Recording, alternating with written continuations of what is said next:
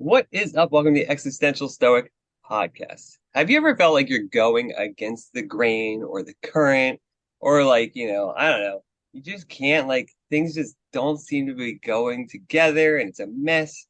Well, today we're going to talk about how to go with the flow. I'm Danny, I'm my buddy Randy. What's up, Randy? Yo, Danny. Do you ever feel like you're fighting the current of life? Oh, dude, all the time. Like sometimes I feel like I'm trying to trudge through quicksand or I'm butting my head up. I mean, yeah, I've been told I'm stubborn, like butting my head up against the wall. And so many times I just feel like I'm completely 100% going against the flow, resisting reality with an Yeah, extreme prejudice. yeah. Trying to go up the steep hill with like a rock tied to you. Yeah. Yeah. Yeah. It's really hard to accept it sometimes, though. It's like you want it's like you desperately want to see the world a certain way, and like no matter how much stuff tells you it's not that way or that's not right, you're still just like, nope. You just keep Mhm. forging ahead, and it's like doesn't always work out. Things go It's badly. my way or the highway. And everybody's got to stick with it. Yes, Absolutely. I don't know. I thought this was a good topic for pretty much everybody at any time. It's always good. It always helps. I don't know. I always think of Taoists talk about like going with the flow of nature, and I always think of it like as like a stream. Like going with the current.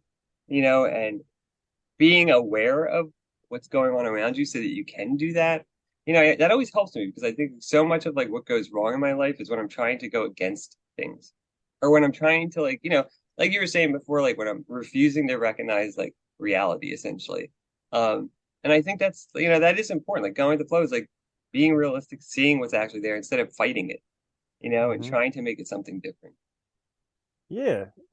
We forget so often that we're a thing of nature, particularly because we spend our whole day in these little boxes. And Yeah.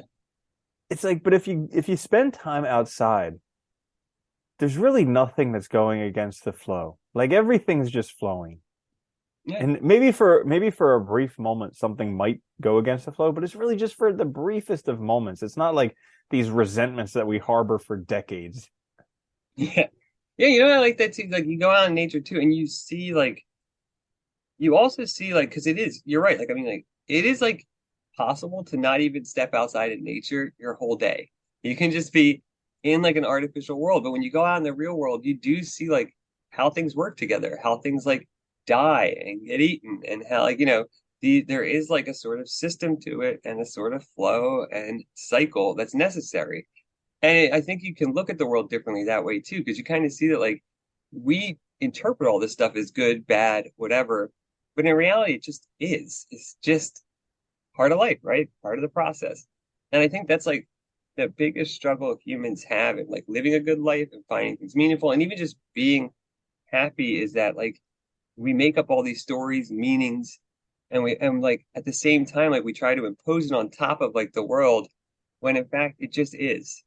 And there's no real like anything beyond that. Like it already is an explanation for itself. Hmm. Yeah, agreed. Uh, I think another thing that causes it is just how quick we're moving. Like if you look at the flows in nature, it's slow. You know, Yeah. even like rapids in the water, if you still sit by it, it's like slow. It's crazy because the water moves really fast, but it's like slow how all of it goes. Meanwhile, we're like trying to do a million things all at once. We're trying to stay on top of Facebook and Instagram and all these different things. We need to know all the world news, everything right now. And it's just like when we're going so fast, it's difficult to connect and it's difficult to go with the flow because you don't even know what's important. Yeah, it's funny. I I'm glad you mentioned that. I feel like there's, so many times where I catch myself where like I'm like, trying to learn something, trying to like, I want like, particularly right now, like, trying to learn programming stuff, trying to, and I expect to be at a I want to be an expert now, like right now. And it's like, I'll catch myself getting mad at myself or like not making enough progress or like thinking to myself, like it's 8 o'clock. And I'm like, I'll just do another 2 hours. And it's like, then I'll stop myself. I'm like, wait, why? Like, why am I just going to work all day? Like, that makes no sense. The gain I'm going to make in that 2 hours, I can make probably in 30 minutes in the morning when I'm fresh. And I could also spend some time and actually enjoy myself with the people I love and do something besides work for a little while, and like actually hang out and do other things. But we get caught up in this mentality that it has to be now and it has to be as soon as possible. But like you're right, you look at the world, and it's like things happen when they happen. They take time. They're not instant. And I always wonder, like, how do we get caught up in this? Like, where we, like, what happened to us that we, that we, you know, turned into these creatures that make so many demands on ourselves and expect such unrealistic outcomes all the time. I think the answer is the 80s cocaine and greed.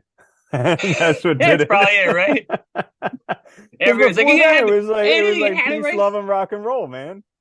Then was like, get it done right now. Let's go, let's go, let's go. Yeah. Don't sleep. You can work another 10 hours. Yeah. Oh God, that's funny. But Yeah. I mean, I it's funny that you mention that stuff because I find myself so often where I'm trying to solve all these problems that most likely, if I was just patient, they would take care of themselves. I'm struggling uphill against the current, doing all this stuff, and it's just like, hey, if I just chill and let it happen, it'll probably just take care of itself. Hey, guy, just relax.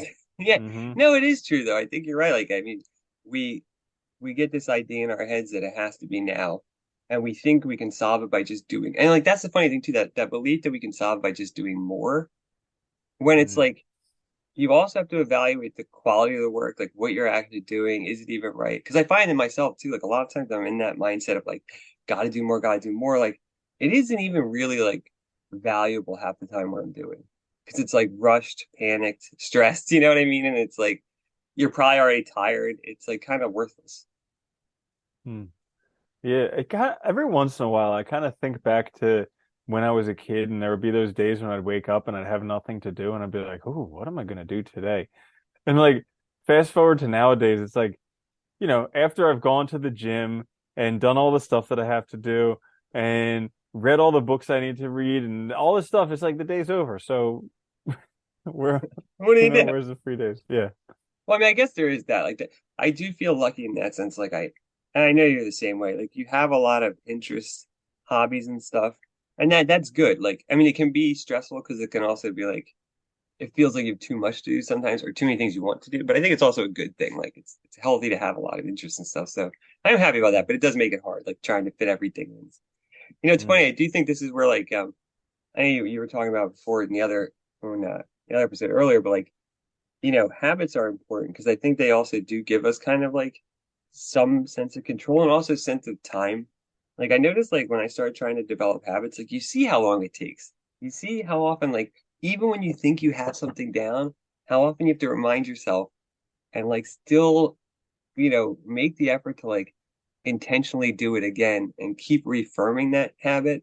And so you kind of see that like things aren't instant. They take a lot of time. They take time to like build and like really, secure, I guess, in a way. Yeah. What's the crazy thing about habits is you only ever have to do it today. Yeah, like once. That's it. You only ever have to do it today. Once. It is Yeah, today, yeah. you do it. But it's like it's the craziest thing because we have these habits that we make and like oftentimes there are these monumental commitments that we have to do, like, oh, I have to go to the gym 2 hours and can't eat more than 1,000 calories. And it's like that is not exactly some, like how about I'll do a push-up today? I could do that every day. Yeah. Yeah. Yeah, Mm-hmm. we make them unrealistic, right? Because I think that's well, people try to like they try to make things happen too fast. You see what, we're coming up to the new year in a couple of months. So you'll Mm. see everybody on these like 3 week or 1 month plans to like work out and diet. It's like, well, if you Uh, do it for 3 weeks, dude, it's not gonna last. It just can't. can't Because wait, one, can't wait for them all to post to social yeah, media. Guys, I'm gonna be doing this diet. I just want to tell yeah, everybody because then it'll make it happen and it's my commitment and yeah. thoughts and prayers, bro. But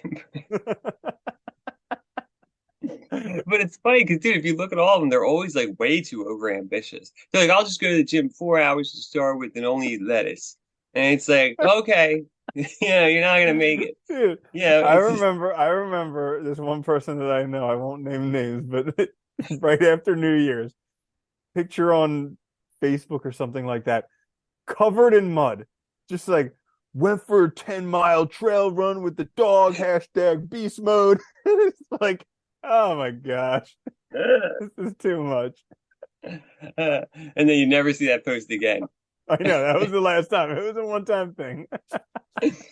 Hashtag New Year trying something out. Yeah, it's Yeah. funny. It's like that's why like I think it's such a bad idea even to make resolutions like that. You're better off just like, you know, making the small changes that allow you to make those big changes, but with actually like I think that's what it means. Like to go with the flow or go with the current is to like do it in a way where there's not that resistance, where you actually work instead of working against yourself, you work with yourself so that you get yourself to where you want to be rather than forcing it or trying to force it, which never works. Mm. Yeah, I like that analogy because it's very, very good to help think of it in visual terms because we can Oh all yeah. see like the flow of a river or something and kind of going with that flow. Or like a lazy lagoon where you're sitting on the little You know, float. right? I love those Yeah. things. Yeah. But I once went to like a conference where there were some very, very successful people and they actually talked about going with the flow there. And it seemed counterintuitive because here are guys who are like crushing it in the financial sense of everything, in the business sense, and they're talking about going with the flow. But actually, how they were talking about it was you need to figure out where and what the flow is, and then do whatever it takes to get into the proper flow. So, like, if you think about it, how there's a whole bunch of different flows, and you could be going against the flow, which is just terrible. But if you get caught in the wrong flow and it takes you to the wrong place, you don't want to be there either. So, like, first identifying which flow you want to be in, and then if you're in the wrong one or you're going against it or you're still on the shore, do whatever it takes to get into that right flow. Because once you get there, then you don't have to do anything. It's like catching a wave. Once you're at the crest of the wave, you don't have to do anything. It's already done. But up until there, you have to do some effort to get there. You know, it's funny. I think that's like why, like, that whole idea of flow and being with like the flow of the river and stuff. That's why the Taoists say, like, the master, does everything by doing nothing. I'm paraphrasing, by the way, but you know what I mean? Like, Mm-hmm. that, Yeah. they're able to do things without, it sounds like what they're saying is they're able to do things without acting, but what they really mean is like, they're not, they're not acting in the way that we normally think of acting, like this, like goal oriented, like kind of always with resistance, always with, against the curve or against the grain or whatever. And instead they're going with it. So things that need to happen when they need to, right? So yeah, I think yeah, it is nice having those visualizations. It makes it easier to see kind of like what you're trying to think about and like understand. Yeah. I can even see with habits how that can be doing without doing. Because like once you Yeah. get in the habit of doing something, like applying for a job every day or doing a problem every day or whatever it is every day, it becomes automatic. So you're almost doing it without doing it. There's no like Yeah. there's no like energy cost to do it. It's just part of what you do. And then you're like the master because you're already in the flow, you're already doing it and you don't have to think about it. Hey, one example that I think is often helpful that helps is like Mm. Oh, imagine do like tell. 'cause, oh yeah, yeah, right. Because a lot Uh, see, because a lot of people will, I think it relates to this, like if you've ever like learned a musical instrument or like played a sport, like on a team, any kind of team, right? Like you practice a lot. And the practice is necessary because, you have to learn how to do everything, right? You have to learn the scales, you have to learn how to do different moves and all. But because the point is like when you are in a concert or you're in a game, you can't be thinking about what you're doing, right? It has to be like muscle memory. It has to be already like that knowledge has to be within you and ready to act on an instant. Because like, if think about it, if you were playing like soccer or something, and you had to think about every move you were going to do, you would be terrible, right? Because you would never be on time. You'd never be able to react spontaneously to anything. You'd never be able to sort of react to changing situations and events as they happen, nor would you be able to read the field and read what's going on. And I think that's kind of the point, like getting to that state of like the action and no action is kind of like that. Like it's recognizing, being able to read things and being able to act like almost like this spontaneous sort of action where you're doing what you need to do in that moment to make the thing happen. Does that make sense? Kind of. Oh, absolutely. It's like I think the military has some saying like that where they say you don't rise to the occasion, you sink to your training. Yeah, right. But that's part of Yeah. the yeah, no, I mean you always hear like the what's that what's the what oh my God, is it the Green Berets or whatever, the really like elite guys or whatever. What is Yeah, the they're guys one of called? them. Yeah, one of SEALs, them. Okay. The SEALs, that's right? what I The was thinking of. SEALs. Yeah. You hear Oh, about their training is like so brutal. And part of it is that, like when they have that small team and they're out doing something, like they can't break down. So they have to break them down now in training so that when that happens, they can still, still go on. Yeah. Dude, and okay, so I just had this discussion with another guy that I know who was telling me about these. First, he was talking about ultra marathoners, and then he's talking about these like crazy extreme athletes, these guys who just do like absolutely absurd stuff that we would never think of doing. And we were talking about them, and then I was listening to the Tao Te Ching, and one of the things that I heard in there was like, when you lose your fear of death, there's nothing you cannot accomplish. And it's like, I think that's probably part of like the SEALs training is like, you do all this stuff. And I've read a couple books about guys who are in the BUDS, which is the SEALs training. And they're like, you get to a point where there's no more pain that they can inflict in Yeah. you. Like you just Yeah. start laughing about it because you're like, you're already been in pain. You're chafed from like head to Yeah. tail. Like, and like, you're just like, I've already experienced all the pain I'm ever gonna. What are you gonna do? Yell at me? Yeah. Make me like hold my breath underwater? Like what? Like freeze? Not sleep? I've already done it. Like Yeah. what more is there? It's really interesting. Yeah, it is funny because like I mean, I couldn't even imagine going through what they're going through. And like the sleep deprivation and stuff, it's nuts. And still having to like do things. Like, why is that happening? But it makes sense, right? Because like they need them to be so prepared that like you said, like, right, what else is gonna happen? So you can get to that limit and still go on. And I think that's yeah. And I think you're right, like that idea of like this, we do so much because we're afraid of dying. We do so much because, we tell ourselves all these stories, we make up all these ways of interpreting things, all these values that, we're associated with ourselves and stuff. And most of it is just made up, and most of it leads us really against the grain, right? It's even like, you can even apply this, I think, to like, we talked about so many times, like trying to like be happy. So many struggle because we look outside for the answers rather than inside. I think that's the same sort of thing, like if you're living somebody else's idea of a good life, it's not going to be a good life for you because it's not your life. So you have to like Yeah. kind of, find out what works for you rather than for someone else. I'm glad you brought up happiness because a lot of times when I think about happiness now, I think about the seasons. Because there's a time for there. You know that song. There's a time for I don't know what the thing is, but I know what you're actually that's talking about, from but I have no clue what the name is. yeah. Yeah. But that's surprisingly that's actually from the Tao Te Ching. It's like there's like a season for happiness, there's a season for sadness, there's a season for like all these different things, and it's crazy because we want this never-ending happiness. It's like always feeling good and as guilty as charged. Like I'm the Yeah. Yeah, me totally. too. Especially when I'm feeling bad, I want it to be gone ASAP. But like I try and remind myself in these down times, like it's just a season. It's gonna last however long it lasts, and then the next thing comes up, and then that comes too. And it's just like, but like with feeling good, with happiness, understanding that going with the flow is understanding it's not gonna last. It's gonna Yeah. come and it's gonna go, and you just need to be understanding of that.